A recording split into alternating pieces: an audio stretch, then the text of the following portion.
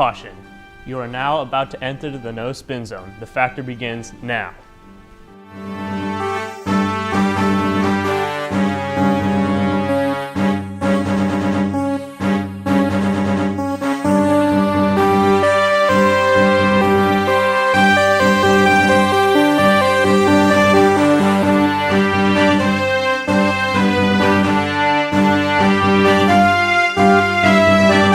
Hi, I'm Bill O'Reilly. Thanks for watching us tonight. The ideal state versus the practical state is the subject of this evening's Talking Points memo. Between multiple wars, a recession, and other various political and economic catastrophes, it is essential for Americans, especially politicians, to identify what is idealistic in fixing our current problems and what practical means we can take to achieve it. Unfortunately, many of our politicians only stand what is ideal for our government to achieve, but lack an effective and realistic tactic to secure their goals. Tonight, we'll focus on radical, theoretical approaches to solving problems and examine why these idealists historically have failed. And that's tonight's talking memo. With us in the studio tonight, we have our always welcome guest, Mr. Glenn Beck and Sir Thomas More, author of Utopia. Utopia is a significant feat in exposing a lot of the main issues with communistic or socialistic societies about 300 years prior to Karl Marx's Communist Manifesto. In the book, Mr. More has presented an example of a communist society. The utopians strive to achieve an equal and fair society. However, they become everything but that. Now, Mr. Beck, I know you have read the book and had some very interesting thought about it. What would you say is the main takeaway from this story? Well, Bill, I think it does a really great job in showing what not to do when it comes to government. These utopians have no private ownership. Every able body is required to work. They have to be shuffled around to equally populate their island. They use slavery as a means to do all of their sort of grunt work and dirty things. And the list goes on. In every way, it shows that communal living is a flawed living because it dulls down society to create a monotone culture and strips away individuality. When you have a government that is given control of all aspects of society, diversity has no place to emerge. And I can't imagine anyone wanting to live in a society that is as monocultural as Utopia. Thanks, Glenn. Good points. Now, Mr. Moore, please tell us a little bit more about your book. Is this really what you'd like to consider the ideal state? Absolutely not. Just like Mr. Beck said, it's a very dull, meaningless existence that these utopians have. However, when a lot of people imagine the quintessential society, they picture a society that is fair and willing to work for the benefit of others, very much like what I exemplified in Utopia. Though when we see these theories in action, they just don't work. Humans were not destined to live in a communal society. Thanks for that, Mr. Moore. Now we have another guest with us, Mr. Lennon Festi, an adamant communist who is here with another wrong interpretation of Mr. Moore's book. Mr. Festi, what do you feel is the purpose of Utopia? Well, while many people saw Utopia as a failing, monotonous society, I saw it for its potential.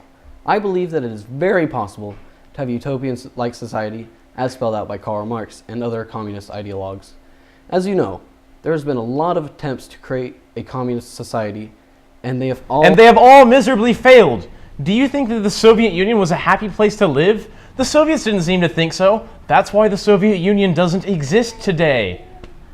Well, no, Glenn. That's what I was trying to get to. I believe that the failed communist societies were flawed. They weren't truly living up to the way that Karl Marx had written it to be. If we were to create a communist society exactly the way it was intended to be, then it would be a huge success. Utopia is similar to a communist state, but it differentiates enough to be the difference between a successful state and a failing one. Look, Mr. Festi, no matter how much you do or do not alter the Marxist idea of communism, it will always fail. Now, there is absolutely nothing wrong with the communist model, except that it was constructed for perfect people. Humans are always bound to being flawed beings, and for that very reason, the communist system will not and does not work. People need to be governed by a system that accounts for flaw, which neither the utopian society or the Marxist society take into consideration. Have you ever lived in a communist society, Mr. Moore? No, Mr. O'Reilly, I have not. However, my reasoning for that again is that none of the communist governments today have successfully achieved what Marx wrote about, and I very strongly disagree with you. I believe that a communist society will demolish human flaws over time as people discover the effect of working for the good of the society as a whole. They will eventually lose all selfishness. But is that a good thing? Shouldn't humans maintain a certain amount of selfishness? I think you would argue that you need a little selfishness in order to pursue life goals and develop individuality. I believe we're out of time. Mr. Moore, I'll let you have the final word. Thanks, Bill. Well, I think that both of you and Mr. Beck have done an excellent job in summing up my thoughts exactly. Utopia and all the societies alike will always remain a mere fantasy. Thanks, Mr. Moore, and Mr. Festi for being on the show. Welcome back. We are now going to discuss a real-life example of the failures of communism, the Soviet Union. In response to the Soviet Union, George Orwell wrote his novella, Animal Farm, to bring into perspective the corruption and flaws within communism. On the surface, the book appears to be just a ridiculous story about animals. However, it really parallels the Soviet Union's history. With us, we have Mr. George Orwell, Stalina, a Soviet Union leader who was targeted in Orwell's book, and of course, Mr. Beck. Mr. Orwell, what was your purpose for writing this book? Actually, Bill, it's Georgina. My goal was to expose communism in its essence. In theory, communism is the idealistic government, but in reality it is ineffective. Unfortunately, communism really starts as an oligarchy and quickly transforms into a dictatorship. Only the few privileged members of the Soviet Union or Animal Farm will live in luxury. Everyone else is forced to have their less than fair share of food and have considerably low standards of living.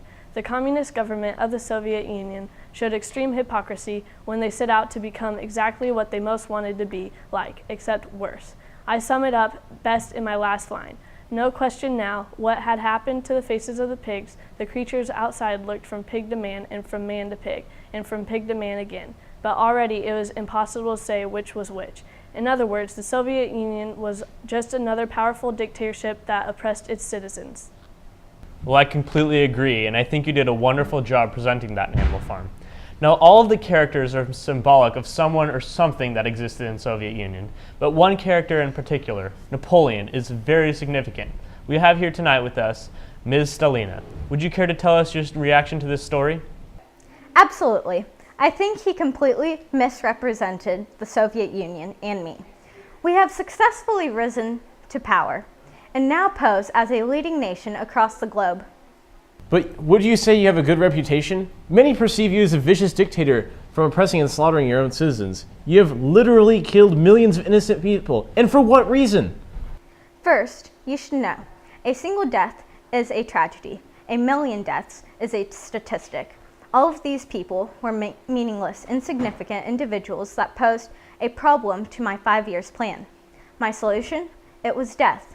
Death solves all problems. No man, no problem. It was as simple as that. Ms. Stalina, I believe you have just proved Mr. Orwell's point. Should any person in authority have the power to kill thousands of his or her own people? I don't believe there is any decent reason that would support that notion. Mr. Orwell, I give you the last word. Again, it's Georgina.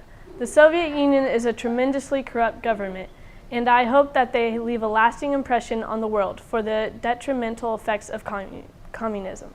Thank you, Mrs. Orwell and Ms. Stalina. So Julia, how do you plan to move Rome forward? I mean, was refusing the crown part of your ultimate plan? Well, my advisors advised me with their best advice that taking the crown at this time wouldn't be the best step towards the ideal society I was trying to move Rome towards. Do you even know what ideal society is? Look, Glenn, an ideal society is obviously having complete control over the society. The only way to keep complete order on them is by brainwashing them into thinking that you are as important as God. Okay, thank you for proving my point about you not knowing what you're talking about. Yeah, she's quite the oblivious one. I can hear you. Whoa, calm down there, Julia. Those are fighting words. You trying to start something?